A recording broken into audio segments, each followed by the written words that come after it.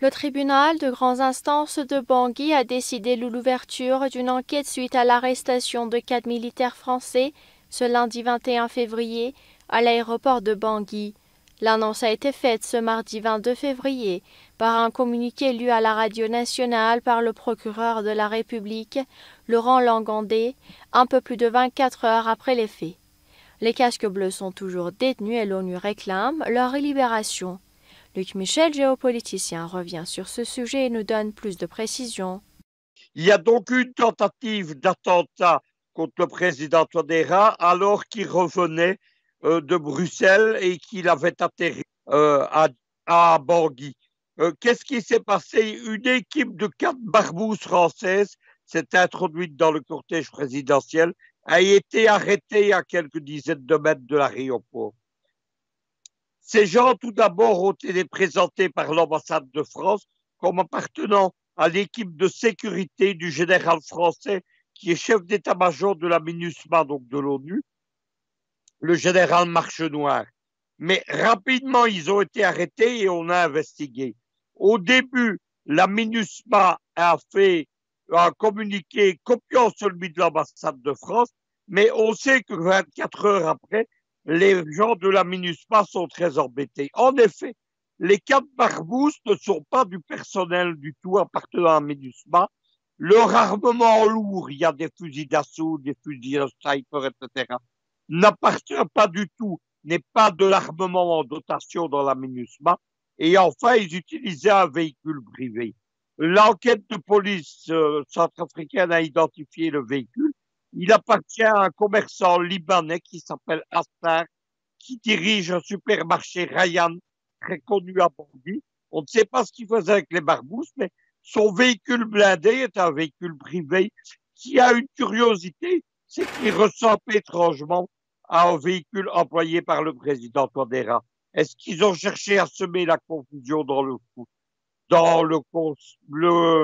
cortège officiel? On ne sait pas.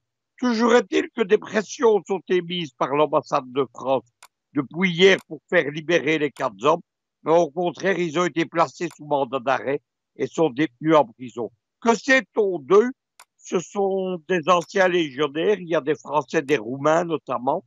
Ils étaient employés sous contrat par l'armée française au Gabon, pas du tout en Centrafrique, c'est-à-dire dans le cadre de contrats d'observateurs militaires non armés. Il n'y a rien donc qui justifie leur armement lourd à l'aéroport de Bangui. Et ce n'est pas la première fois d'ailleurs que le Gabon sert de plateforme aux activités de barbouzes françaises.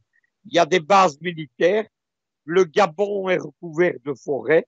Dans ces forêts, les Français font un peu ce qu'ils veulent. En 2017-2018, par exemple, ils ont accueilli des forces spéciales espagnoles destinées à une tentative de coup d'État en Guinée équatoriale, pays où on parle espagnol. Encore maintenant, c'est dans les régions du Gabon que le général Bozizé, centrafricain, avec le concours d'un général français à la retraite, qui dirige une firme de sécurité, recrute des bandes de mercenaires soudanais et tchadiens, toujours contre la Guinée équatoriale, dans l'optique de saboter la présidentielle de 2023. On doit constater donc quelque chose, c'est que vous savez qu'on a appelé les débuts de la France-Afrique en 1960, avec De Gaulle et Foccart, la fabrique des barbouzes. Eh bien, 60 ans plus tard, sous Le Drian, qui est l'héritier de Foccart, on est toujours dans la France et l'Afrique des barbouzes. Il y a un mélange entre la diplomatie, le Quai d'Orsay, l'armée française, les services secrets et les barbouzes, donc les polices parallèles, les gens du feu, etc. Bien entendu, ceci n'arrive pas à hasard pour le moment. C'est parce que on sait à Paris, comme on sait dans d'autres capitales, que l'opinion publique internationale, elle est retenue, elle est attirée par les événements d'Ukraine. Et donc, c'est le moment de faire des sales coups ailleurs, notamment en Centrafrique. La sécurité qui est de Touadéra, elle est assurée pas directement depuis janvier 2018 par le groupe paramilitaire russe Sewa Security. Il y a un nouveau parquet à Bangui.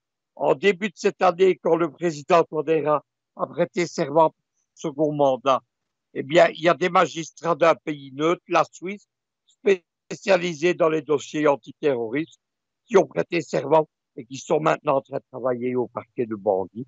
C'est donc un pays qui reprend petit à petit le contrôle de lui-même, en n'oubliant pas que la Centrafrique, c'est un État qui est sous le contrôle direct du Conseil de sécurité, c'est-à-dire des puissances occidentales, et qui conforme à une armée dans l'armée, c'est la MINUSMA. C'est par exemple la MINUSMA qui contrôle une partie de l'aéroport de Bangui.